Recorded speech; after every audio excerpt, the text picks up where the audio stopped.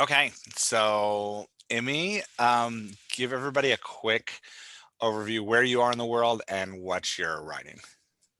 Okay, so I live in Guam, which is a territory of the US. Um, and it's a little island in the Pacific. You probably will have to zoom in a lot to find it on Google Maps because it's barely a speck.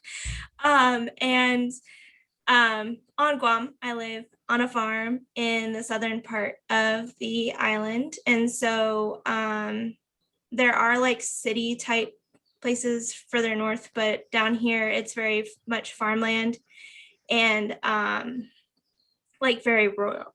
Nice. Rural. Rural? Can never Yeah, say that. I Yeah, can't either. never say. My southern accent makes it really tough. Yeah. And then I am a children's book and middle grade author. I have a series called Little Witches, and there's 8 books in that series. Awesome. It, um, which is actually what spawned the story we're talking about today. So the trilogy that I'm working on right now is a spinoff of one of the conversations in those books. Fantastic. I love that. And this is we're looking at a prequel, right? Yes. Okay. Um, Tell me, I'm going to share my screen in a second, so I stop looking over there. But tell me, what do you, so there's a lot, let me start there. There's a lot that I love about the piece. Mhm. You're really driving it with dialogue, which is fantastic. Uh, and your character voices, I felt like were really good.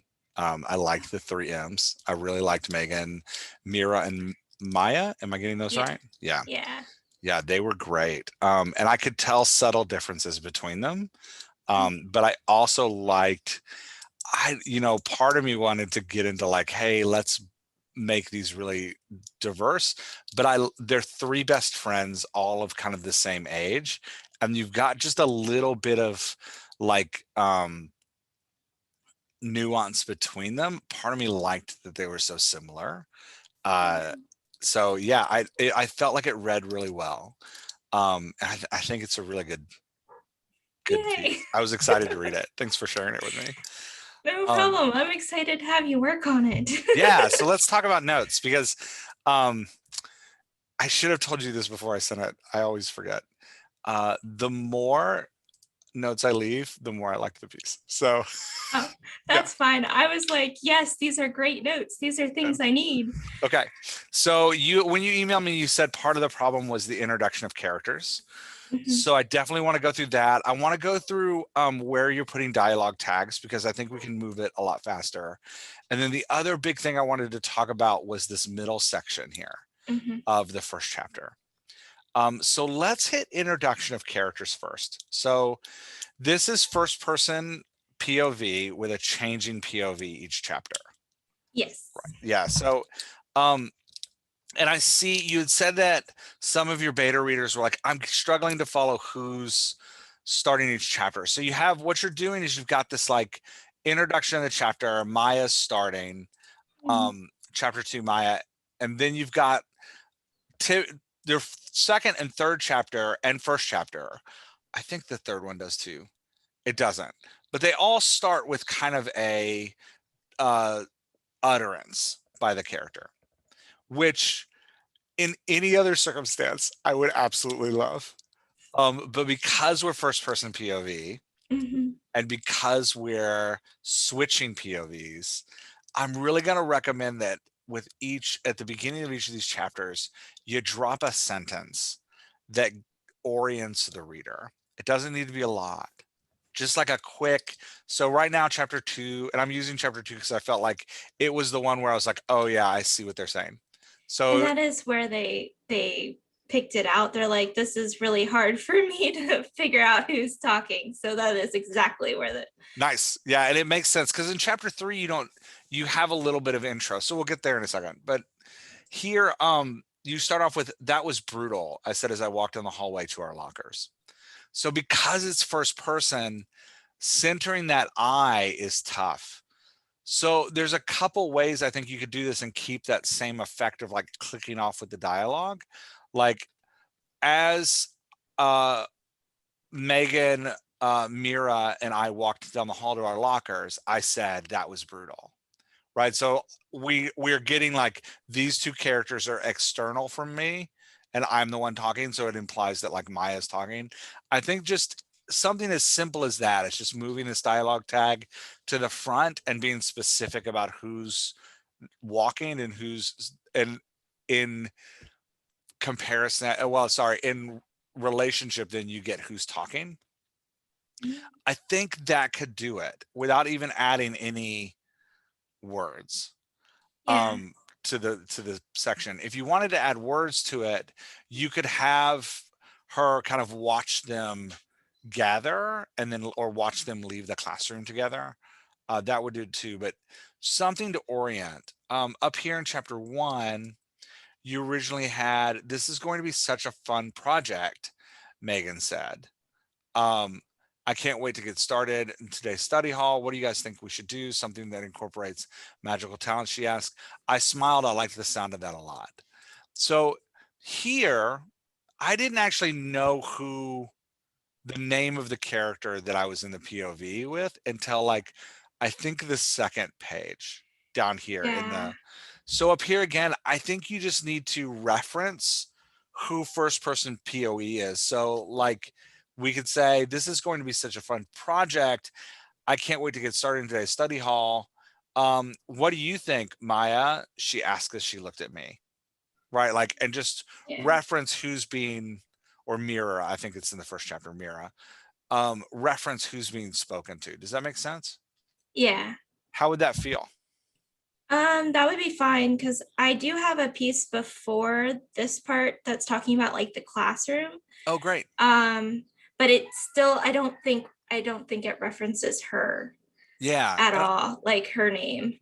And I think just being aware that when you're switching that point of view, I think just being conscious, like, okay, I need to, in the first sentence, in the first, at a minimum, the first paragraph, I need to make sure we know whose perspective we're because I'm the most guilty of this of any reader. I'm a super lazy reader and I'm not going to read the chapter heading.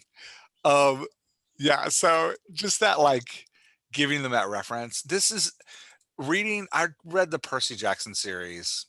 I've read it 3 times now to 3 different kids and 3 of my kids. I'm not describing random kids off the street. They're my children. Um, but I've read it through 3 times now, and I never read the chapter headings. And he does this too. Rick Riordan does this where he like changes POV, especially in later books, and he like puts at the top Annabeth, and I always skipped it, and it always got me in Mhm. trouble. I was just like, wait, what's going on? Who's talking?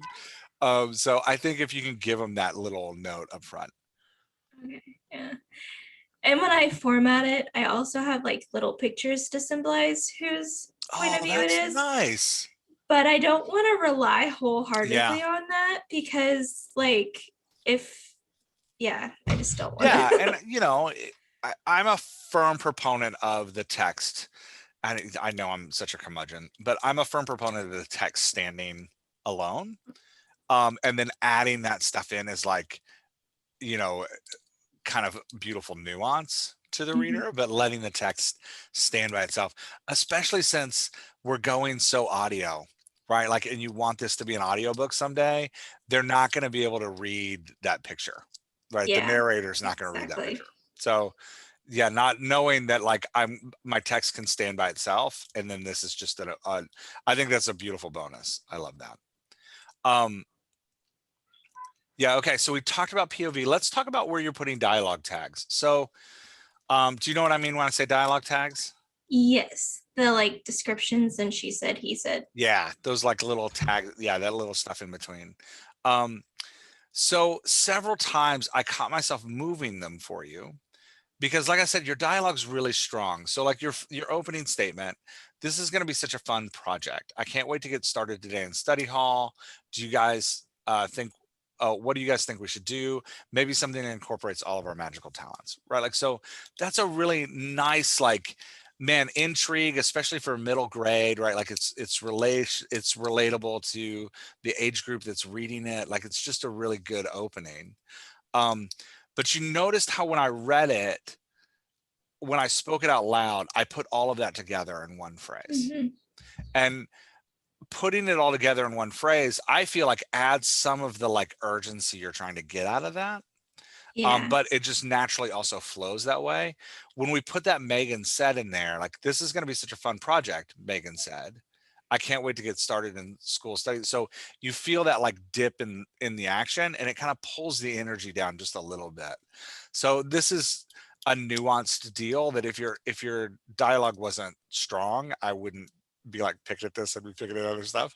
Um, so I think putting that up front, right? Like taking the um, Megan pushed the escaped red curl out of her eyes.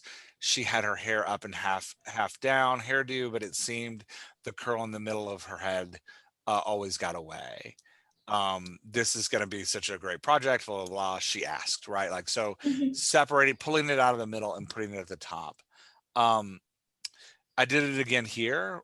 Originally, you had, I don't know, I'm not sure how we'd incorporate. Oh, no, this is a different thing. We'll come back to that one. That's a good one too, though. Let me see if I can find another one where I did it, because I know I did it more than once.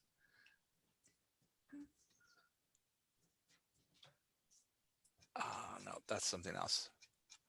I think it was that first one that you mentioned. It wasn't. That's something else. I'll get to that Oh, one okay. because I remember it. Here's one. Okay. So on page 7, you had, yeah, Maya said, holding her stomach, but also vomit inducing. Is Darby in your bag? I want to snuggle my face in his fur. It always makes me uh, feel less nervous. So if I just read those words, yeah, but also vomit inducing. Is Darby in your bag? I want to struggle to feel I want to snuggle my face into his fur, right? You feel that natural divot in the energy between, but also vomit inducing. Is Darby in your bag? Because there's a topic shift there. Mhm. So like she's pivoting to talk about like from the problem to the solution. So that's where I want that dialogue tag, right? Yeah, but also vomit inducing. Maya said, holding her stomach. Is Darby in your bag? Right. Like, and now there's not we don't lose the energy of the beat because it was going to disappear anyway. Does that make sense? Yeah. Yeah. So again, the dialogue's really strong, but just making sure we're not breaking up our pieces. Like, so Yeah. what are we doing for the project? Do you want me to transform into my little cute fox self? Right? Like that's all kind of one thought. Let's keep it together and take that she asked at the end or drop it at the beginning. Okay. To keep that thought. And I think that's really going to I know it's a small change, but I think those small changes are really going to pick the energy up in your piece, and the chapter is going to feel like they're moving faster because we're going to pull those speed bumps out a little bit. It's just going to read a lot smoother. Yeah. And I know I do that a lot. So We all do. I I will. do it too. I was actually writing a rough draft yesterday, and I totally caught myself saying, you know, yeah, he said, blah, blah, blah, blah, blah. And I was like, oh, if I were coaching myself, I'd totally yell at myself here. Okay, let's talk about this one. So this one's a little bit different. This is like the introduction to the chapters. When we have a big cast scene, right? Like, so more than 2 people speaking, and you're in this book, it feels like you're always going to have 3, Mhm. if sometimes 4 or 5. So that's the reason that I kind of pulled this out, to be conscious about it. When we have this big cast scene, there's 2 things you got to be aware of. One thing is that the reader needs to know up front who is in the conversation. So every time you introduce a character into the conversation, make sure you're introducing them ahead of when they speak. Okay. Once you've got them in, you can play with those dialogue tags before, in the middle, and after, because the reader's like, okay, there's 3 people sitting around this table. But the way I like to think about big cast scenes is it's like, if you imagine a room full of fog, right? And one character speaks and the fog pulls back a little bit and we can see that one character. And then another character speaks and the fog pulls back and now we can see 2 characters. And then another character speaks and we can see 3. But everyone else in the room is kind of in a fog until they talk and then we can see them. So as that fog pulls back, we don't want the voice to lead before the fog drifts away. Okay. Is that Yeah, that illustration makes making sense? yeah, So that like, makes a lot of sense, yeah, we actually. want to see them and then we want them to speak. So um here, like my best, just taking this really nice, you've got really another thing that I typically pick at, but I couldn't pick at with yours. You've got really nice introductions to your characters, right? Like really strong ways to introduce them. My other best friend Maya, pulling her thick hair into a messy bun, which made her 3 inches taller than she already was, asked. So now we're pulling that fog back, and then we're going to hear Maya's voice for the first time, as opposed to the other way around. Um, yeah, and again, really nice. And I also like how you're doing this. You're giving them an introduction, you're giving them something to say, and then you're giving them a little bit more of an introduction. In the opening of a scene, that's a really nice way to like pull that fog back, as long as we stop doing that once we get into the conversation, which you Yeah. do. But yeah, just ensuring that like this is something we do at the opening of a scene, but if you keep doing it in the conversation, it's going to slow the read down and make it and take away some of that energy. Um, Other thing you need to do in a big cast scene is that you ever play hot potato as a kid? Yes. So in hot potato, right, we pass the potato around the circle and everybody gets to touch it. Mm-hmm. And the passing of the potato is what builds the energy of the game, right? Like we're passing Mm-hmm. it, passing it, passing it. It's the same in a big cast conversation. Everybody has to touch the potato. And we don't need them all to touch it in order like in hot potato, but we need them all to touch it. And we don't need them all to speak, but we need to know how they're responding to one another, Okay. right? So for example, here, Maya has this statement. Well, Megan asks a question, right? You then give me what Mira's thinking. I smiled. I liked the sound of that, right? So Mm-hmm. I've got Megan, Mira, Maya pipes in. I don't know. I'm not sure how we incorporate shapeshifting into the mix. What about Phineas the Fox? Uh, do have to do with the history of magical communities, right? We then get a description of Maya. So we've passed the potato all the way around the circle, right? Mm-hmm. Now I want the potato to come to Mira or Megan. It should go Okay. back to Maya, right? Yeah. And I'm like, wait, is Maya just like giving a speech now? So I need a response from Megan. Okay. And then Yeah. we can come to Maya, and then you can come back to Mira, and then we got Megan again, right? Like, so you can start to feel the pattern of it. Then and then we leave the scene, right? So we want to be passing that potato. Just make sure that if someone speaks, the other characters get to respond to it, even if it's just like I rolled my eyes, right? Like you did up here, Okay. I smiled, right? I like the sound of that. It can be that simple. They don't need to have words. So there was another spot where I thought it was a really good illustration of this. Here we go. This is page 7 again. Um, that sounds exciting. Yeah, Maya said holding back her stomach, but also vomit inducing. Is Darby in your bag? I want to snuggle into his fur. It always helps. Miragrams, sorry, I dropped him at home while we were at practice. Maya grabbed her heart dramatically, pretending to die. Then, after a moment of stillness, popped back up. Right? So we have two actions here of Maya. She's grabbing her heart like she's going to die, and then she's popping back up. In essence, you're giving her two expressions in a row again. So let her die, let everybody else respond, right? Mira can be like, oh, stop it, right? Like, or Yeah. have Megan be like, can we please just get back to the topic? Because Megan seems to be your more like nuanced, serious one. So like, let's pull Mm-hmm. us back in. And then let her like pop back up and give her vocalization. Does that make Okay. sense? And Yes. that passing of the hot potato like that is going to build the excitement and kind of joy around the piece. Does that make sense? Yeah. Sorry, my alarm's going off. You're totally good. Um, any thoughts about that or any questions about that?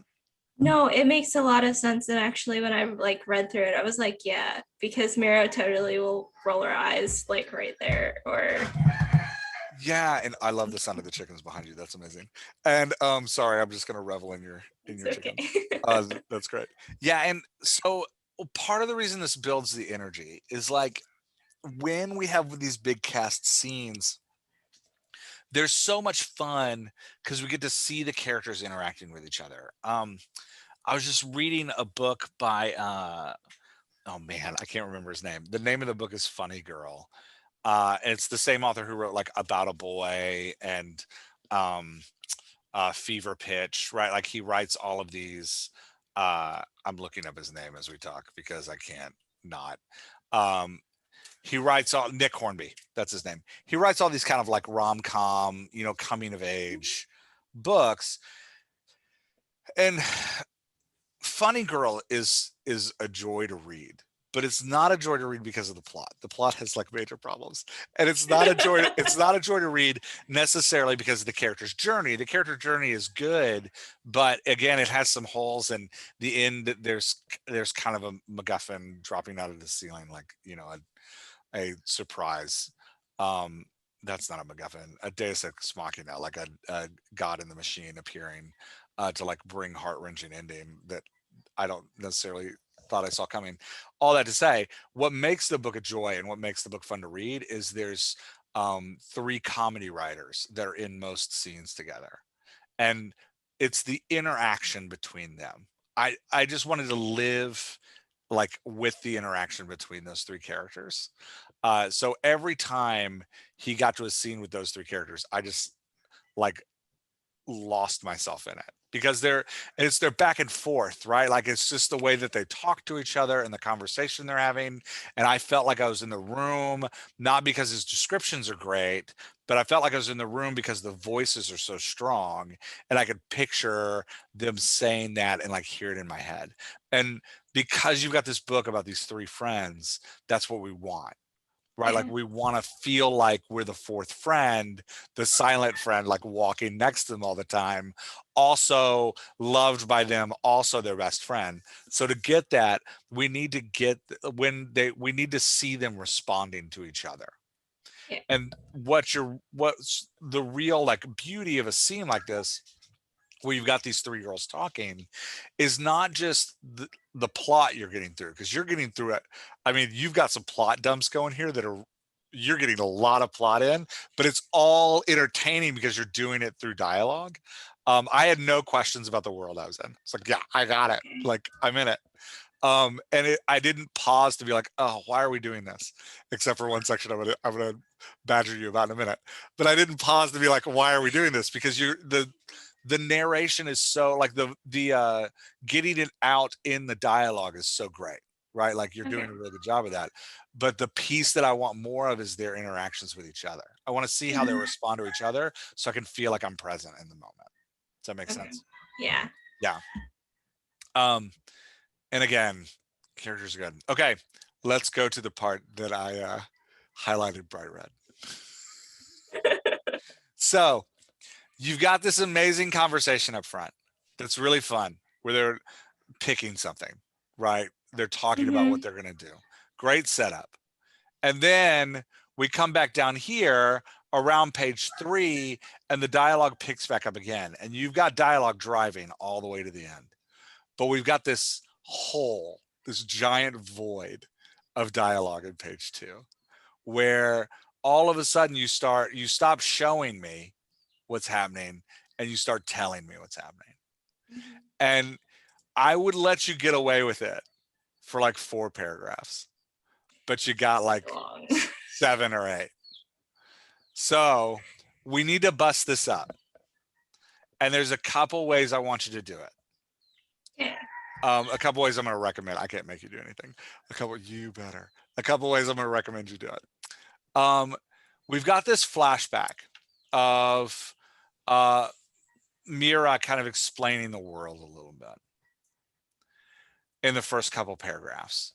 And then that drifts back into the moment that they're in class, right? So Mhm. you've got kind of 1, 2, 3, 4 paragraphs of past world, and then we drift back to in class.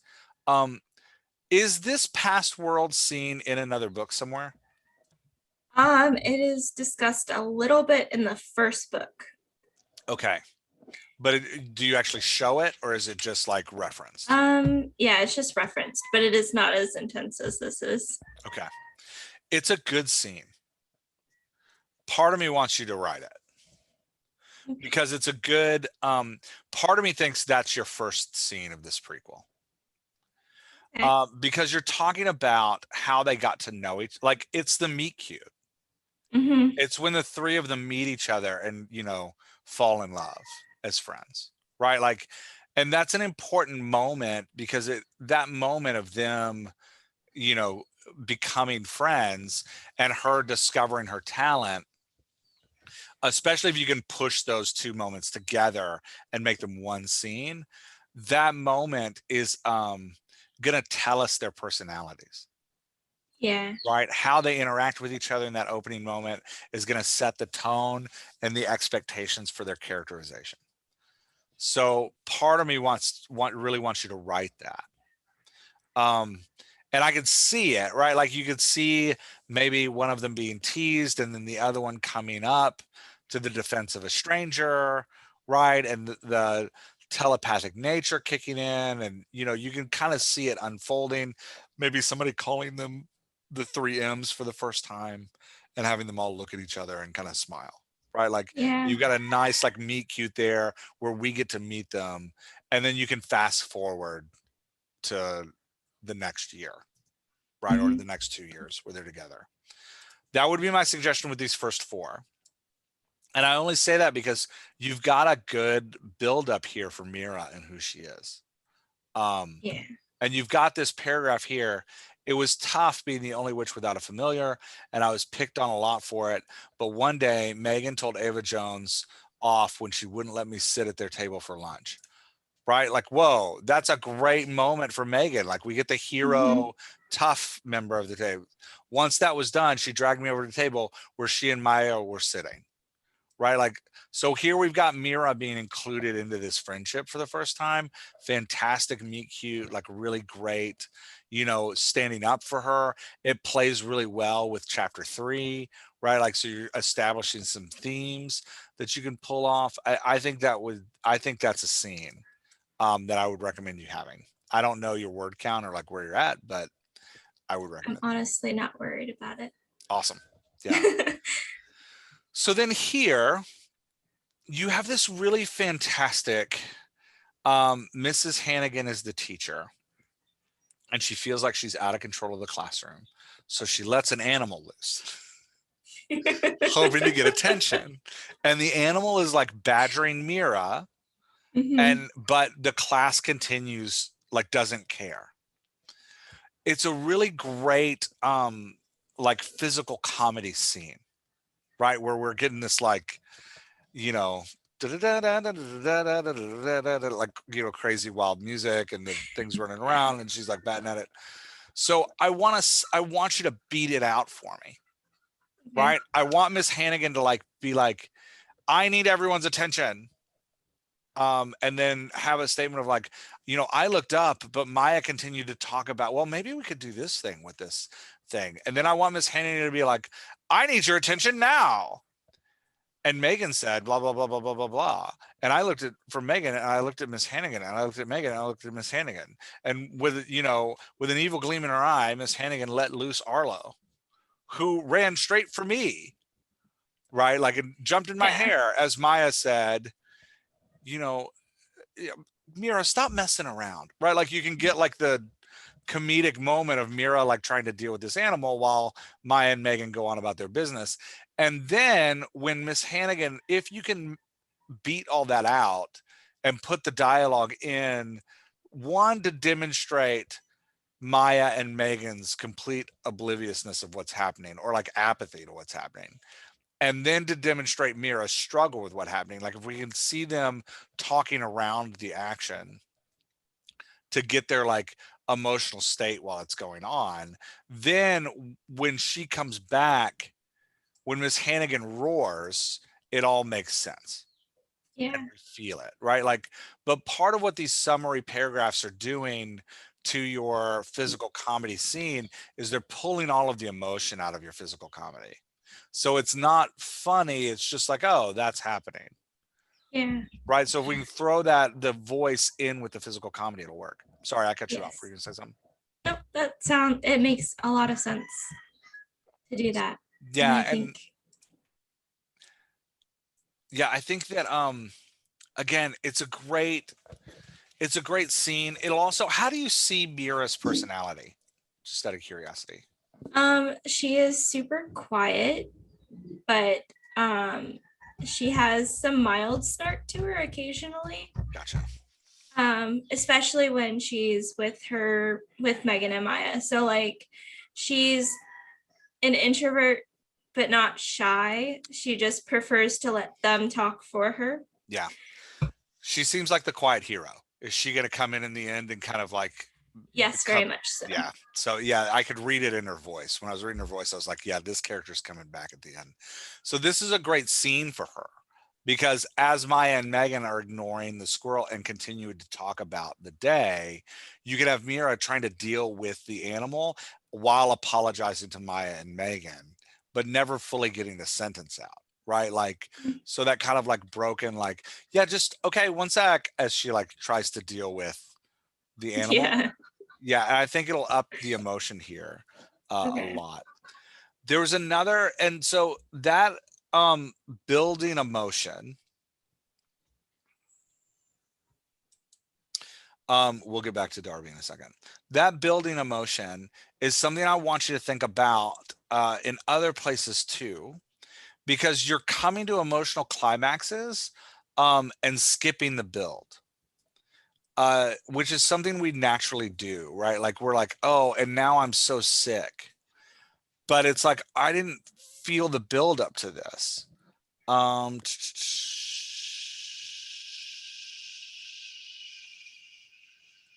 Sorry, I'm getting there. Okay, here we go.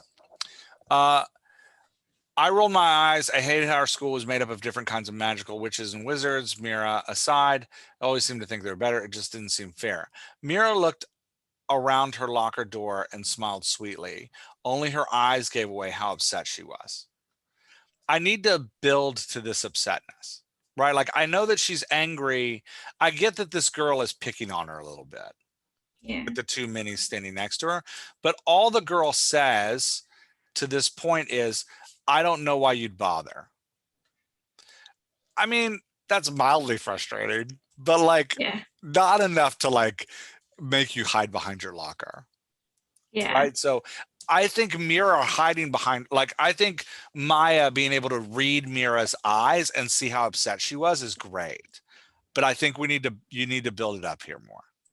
So Okay. I need her to say something, and then I need Megan, the defender, to say something back. And then I need the eighth grader to say something again that's meaner Okay. and sharper. And then Mira can look out and smile sweetly and have her call out Mira directly, right? Like have her say something Okay. directly about like, Mira not being able to manage. Um, does that make sense? Yes. So when we think of the emotional flow of a scene, like this, there's kind of two types of emotional transitions, right? And this is just coming from, you know, life and how we all talk and feel, how emotions work. Hmm. So there's the slow, steady builds that then kind of climax. Um, that's how I would think of this, right? Like we're building to Yeah. the insult and then we're climaxing at the hurt feelings, right? Okay. And then there's like the sudden spikes in emotion.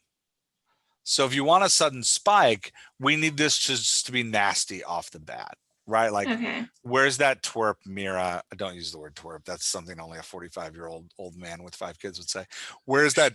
Where's that dork, Mira? Don't say that either. Where's that blah, Mira? With her on your team, there's no way that you're ever going to get anything done, right? Like that would be a spike, right? Like, oh, Hmm. now we're gonna fight, right? Like that's a Yeah.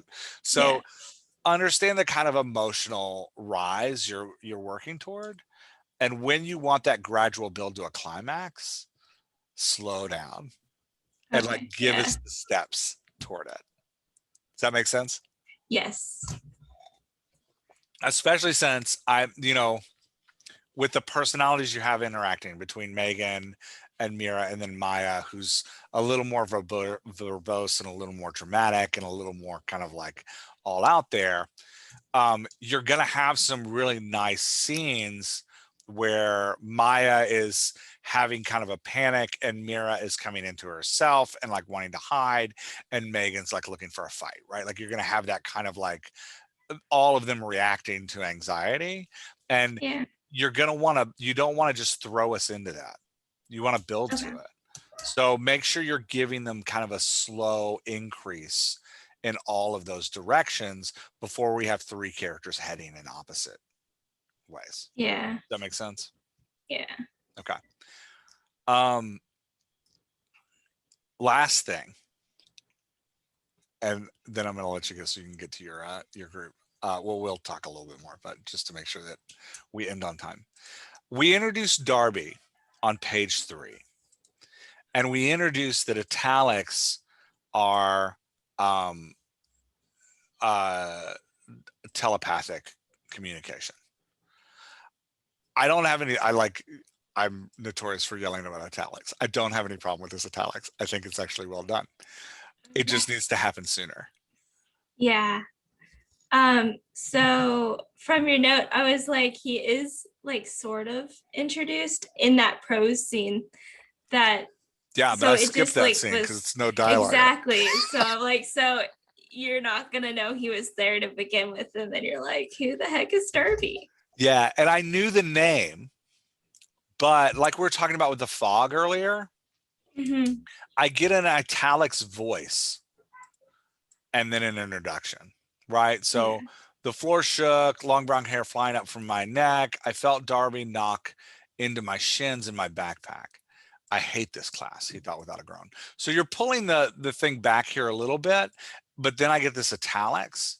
And because the italics is a little bit different, he thought without a groan, you know what? I'm going back on what I said. It's not the fog thing. It works fine. I just want it earlier.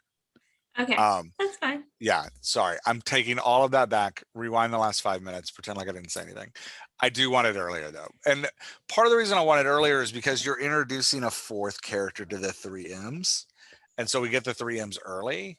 You know, let's throw it. How often does he show up though? Is he just occasional or is he all the time? He's kind of occasional. So like usually familiars would be with them more often, but he siphons off some of the empathic stuff that she deals with Gotcha. during the Okay. school day. So he's like super tired. So she literally drops him to school or back Gotcha. home every day.